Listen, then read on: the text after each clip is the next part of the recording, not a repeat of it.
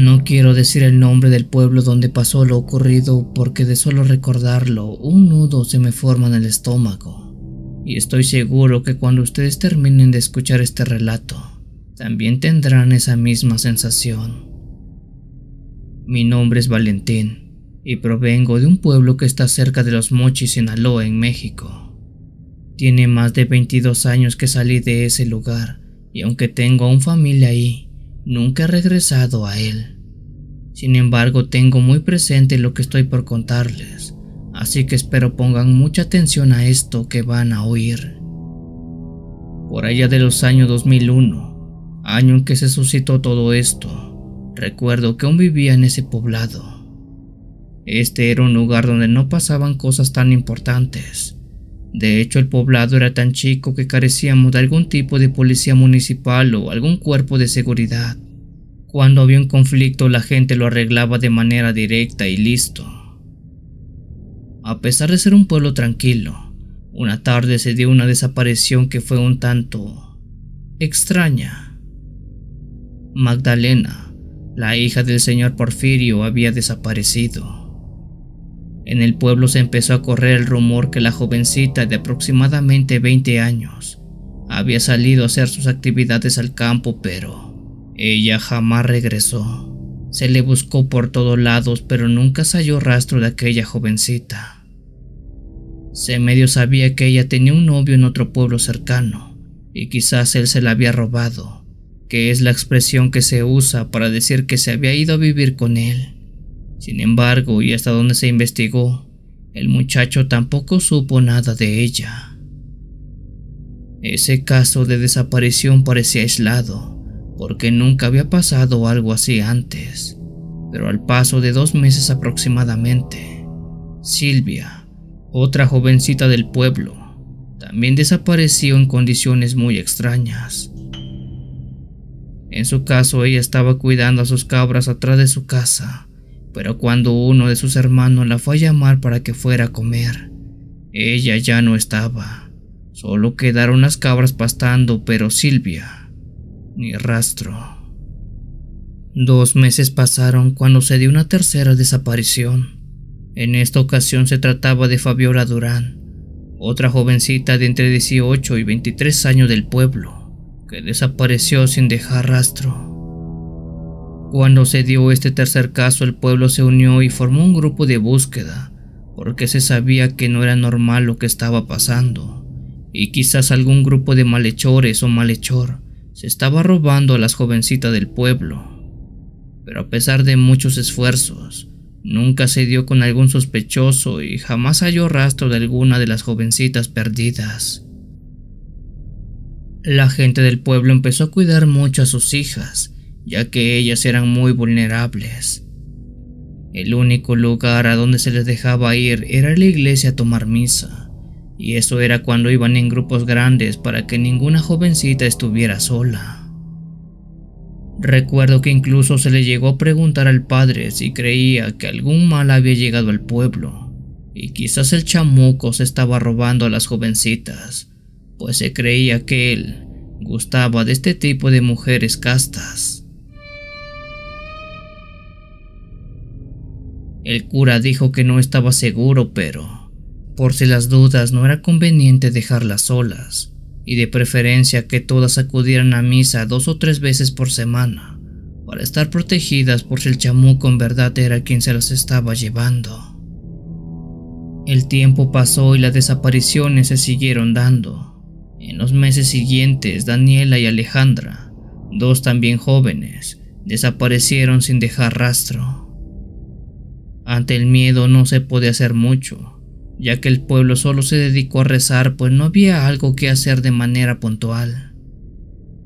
Una tarde, ya casi entrada la noche, recuerdo estar regresando de trabajar mis campos de maíz, cuando pensé en irme a bañar al río que estaba cerca de ahí.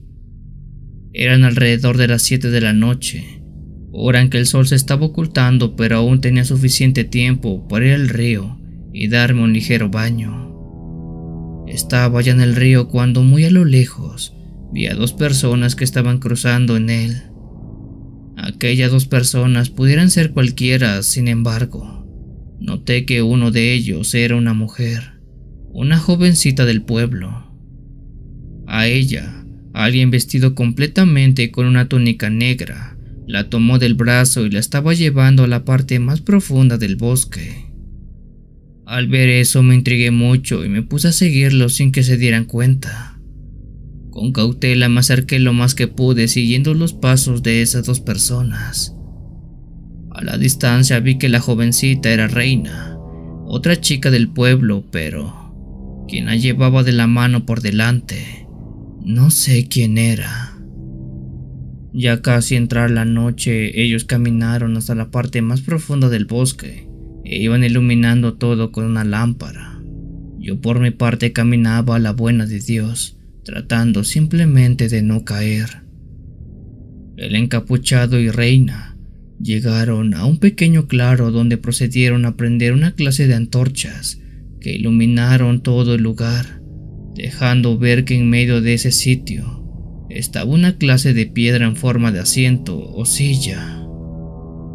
El encapuchado, aún sin dejar ver su rostro, le dijo a la joven que se sentara y que iban a empezar de una vez.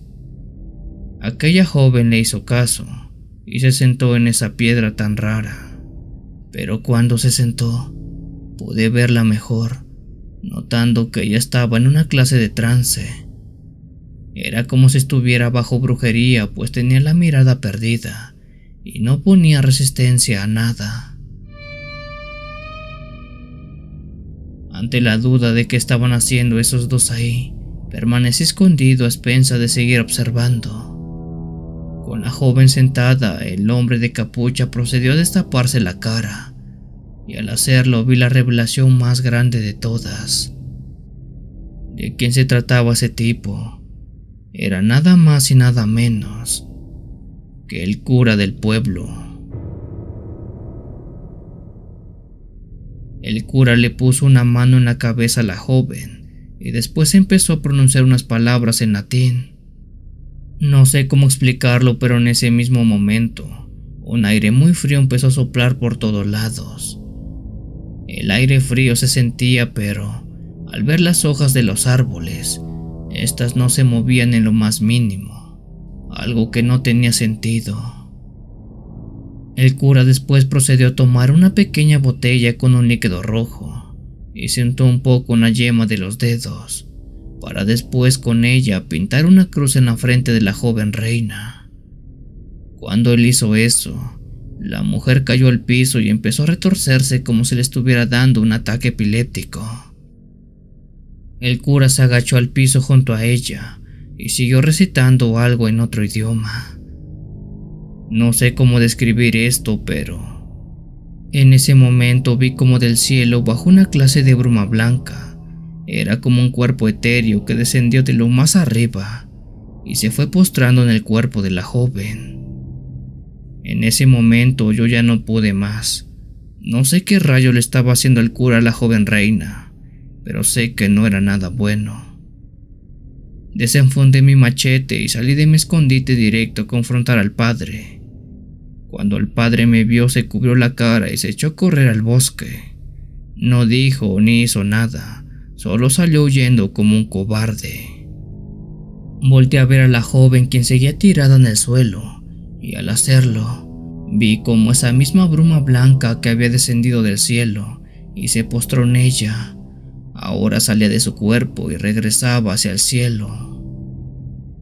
No sé qué fue eso, pero no tuve tiempo de explicarlo, pues cargué a la joven y regresamos al pueblo.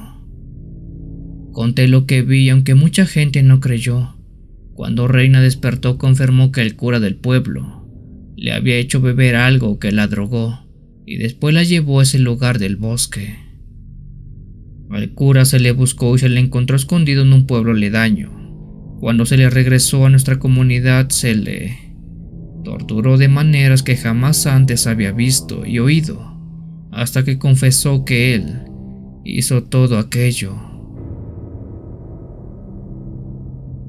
Declaró haber sido el culpable de las desapariciones de todas las jovencitas del pueblo. Al cuestionarle con qué fin lo hizo, él dijo que lo único que buscaba era regresar a su pareja Lisette, a la vida. El cura dijo practicar brujería, y cuando era joven su novia había fallecido. A partir de esa fecha se metió al ocultismo y aprendió a meter el alma de una difunta al cuerpo de una persona viva. Sin embargo, esto es muy difícil de hacer, tanto que si se falla el cuerpo físico de la persona, suele perder la vida. En palabras simples, todas las desapariciones de las jovencitas habían sido caso de fracasos del cura intentando regresar a su pareja a la vida. Y como se han de imaginar, la bruma blanca que vi bajar del cielo era el alma de su pareja que se postró en el cuerpo de Reina. El final del cura es algo que no puedo describir porque si lo hago, estoy seguro que lo van a censurar. Lo único que les puedo decir es que él, el cura, fue quien suplicó que acabaran con su sufrimiento, pues el pueblo por semanas le hizo pagar de una forma muy, pero muy cara todo lo que hizo.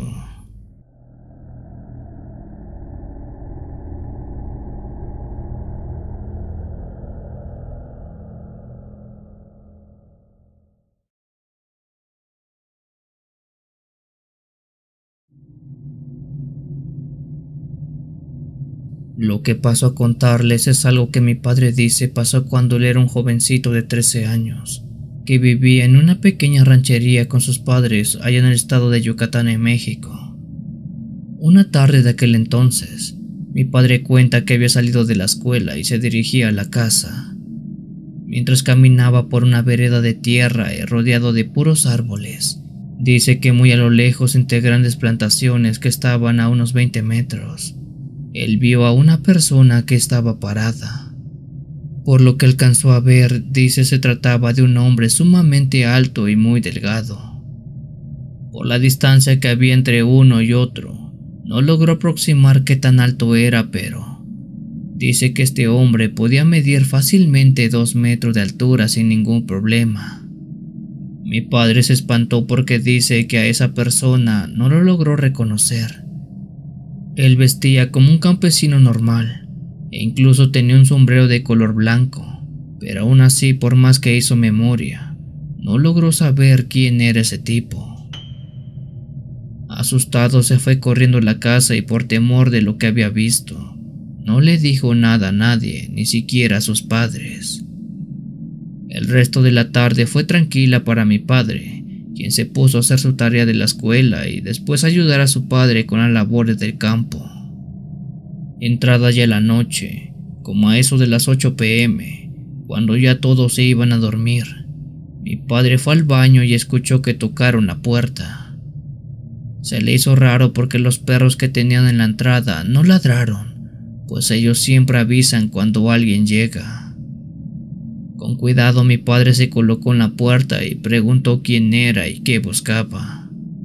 La voz del otro lado tardó unos segundos en responderle, y cuando lo hizo, preguntó si se encontraba el señor Demetrio, nombre de mi abuelo, padre de mi padre. Dudoso preguntó nuevamente quién lo buscaba, a lo que la voz del otro lado respondió que era un conocido y que venía a verlo. Ante esa respuesta mi padre abrió la puerta, pero al hacerlo, él casi se viene de espaldas, pues dice que la persona que tocaba era ese mismo hombre alto que vio parado en el bosque por la tarde. Al tenerlo ahora más cerca, dice que logró verlo mejor y corroboró todo lo que había visto antes. La altura extraordinaria de ese hombre, así como también su delgadez, aunque ahora sí pudo verle la cara. Y lo que vio, dice, era como si estuviera viendo a un hombre sin vida. Tenía la piel pálida y grandes ojeras en los ojos como moretones. Además que tenía la cara muy chupada, casi esquelética. Ante el miedo de ver a ese hombre, mi padre se quedó callado y congelado. De repente sintió un toque en la espalda que lo hizo salir de ese trance de terror. Quien le tocó la espalda fue su padre, don Demetrio. ¿Cuántas veces te he dicho que no abras la puerta si no te doy autorización alguna? Mi padre pidió disculpas con voz de temor, para después colocarse detrás de su padre. Don Demetrio y ese hombre alto se vieron fijamente unos segundos sin decirse nada, pero a su vez era como si se hubieran dicho todo. El hombre alto le dijo que era hora de irse, que el tiempo ya se había terminado. Don Demetrio le dijo que sí, pero que le diera permiso de hablar con su esposa y con su hijo antes. Mi padre cuenta que el hombre alto caminó hasta la mitad del patio y ahí se quedó esperando a que don Demetrio saliera. Por su parte, don Demetrio fue con su esposa y quién sabe qué tantas cosas le dijo, porque mi padre no escuchó esa plática, pero dice que ella quedó llorando. A su vez, don Demetrio fue con mi padre y le dijo que a partir de ahora, todo lo que la familia tenía quedaba en sus manos, pues él tenía que irse a otro lado a buscar una nueva vida. Después de eso, don Demetrio abrazó a mi padre y salió de la casa. Se colocó al lado de ese hombre alto y los dos se fueron en plena noche. Esa fue la última vez que mi padre, dice, vio a su padre, pues don Demetrio jamás regresó a la casa, mucho menos al pueblo. Desde ese acontecimiento rumores salieron por todos lados. El más sonado y el que más se cree es que hace años don Demetrio no tenía nada, era muy pobre, así que hizo un pacto para tener dinero. Sin embargo, había una fecha de plazo para que él pagara, y el costo de ese pacto era su propia vida. Así que, según se cuenta, el hombre alto vino por don Demetrio, apelando a la deuda de aquel pacto. Mi padre, aunque renuente, sí cree eso, pues él vio en carne propia a ese hombre alto, uno que jamás en ningún otro lado ha visto.